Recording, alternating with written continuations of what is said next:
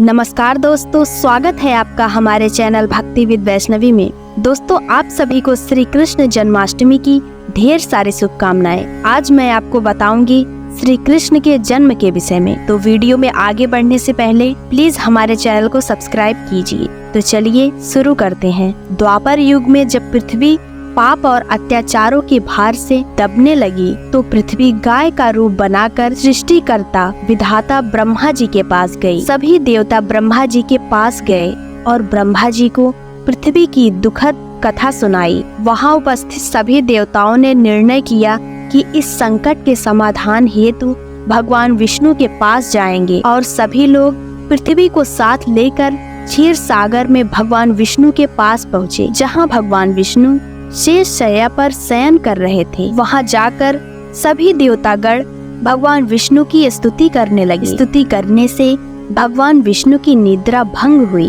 तब विष्णु जी ने सबसे आने का कारण पूछा।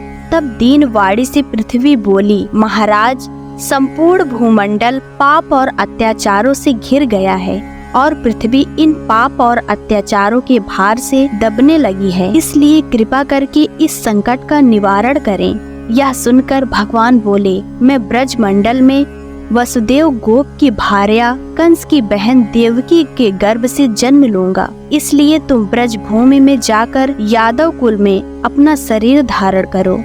इतना कहकर भगवान विष्णु अंतर ध्यान हो गए और देवता तथा पृथ्वी ब्रज भूमि में आकर यादव कुल के नंद, यशोदा तथा गोपियों के रूप में पैदा हुए।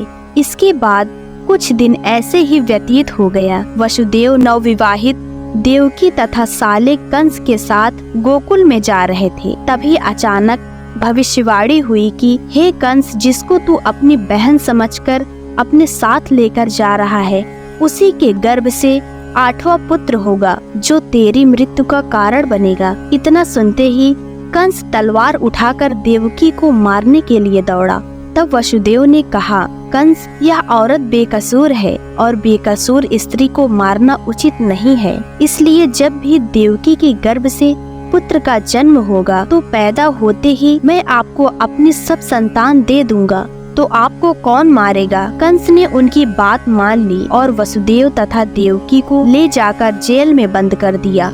जब भी देवकी के पुत्र होता तो कंस उन्हें मार देता। देवकी के साथ पुत्र मारे जाने के बाद 8वें गर्भ की बात कंस को मालूम हुई। इस बात का पता चलते ही कंस ने देवकी और वसुदेव को विशेष कारागार में डलवाकर पहरा लगवा दिया। भाद्रपद माह की कृष्ण पक्ष की अष्टमी को भयावनी रात के समय जब शंख गदा पद्मधारी भगवान श्री कृष्ण का जन्म हुआ तो चारों ओर प्रकाश फैल गया। लीलाधारी भगवान की यह लीला देखकर वसुदेव और देवकी उनके सामने हाथ जोड़कर खड़े हो गए। भगवान श्री कृष्ण ने जब अपना बाल स्वरूप लिया तब देवकी और वसुदेव के हाथों की हथकड़ियां टूटकर खुल गई। दरवाजे अपने आप खुल गए और पहरेदार सोते हुए नजर आए। तब वसुदेव श्री कृष्ण को अपने साथ लेकर वहां से निकल गए। जब वसुदेव ने यमुना को पार करने के लिए अंदर प्रवेश किया तो यमुना का स्तर बढ़ने लगा।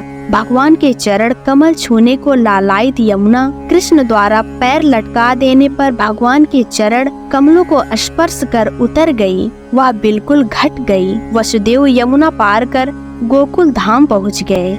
वहां जाकर खुले दरवाजे और सोई हुई यशोदा को देखकर बालक कृष्ण को वहीं सुला दिए और सोई हुई कन्या को लेकर चले आए। जब वसुदेव वापस कारागार में पहुँचे तो अपने आप उनको बेड़ियां लग गई और दरवाजे बंद हो गए। दरवाजे बंद होने के बाद वहां सोए हुए पहरेदार भी जग गए। हथकड़ियां लगने के बाद कन्या रोने लगी। तब जगे हुए पहरेदारों ने कन्या का रुदन सुनकर तुरंत कंस के पास खबर भेज दी कि देवकी का 8वां पुत्र जन्म ले चुका है। यह सुनकर कंस दौड़ता हुआ आया। जब कंस ने कन्या को हाथ में लेकर पत्थर पर पटकना चाहा तो कन्या हाथ से छूटकर आकाश में उड़ गई और साक्षात देवी के रूप में प्रकट होकर बोली, हे कंस, तुम्हें मारने वाला तो गोकुल में पहले ही पैदा हो चुका है।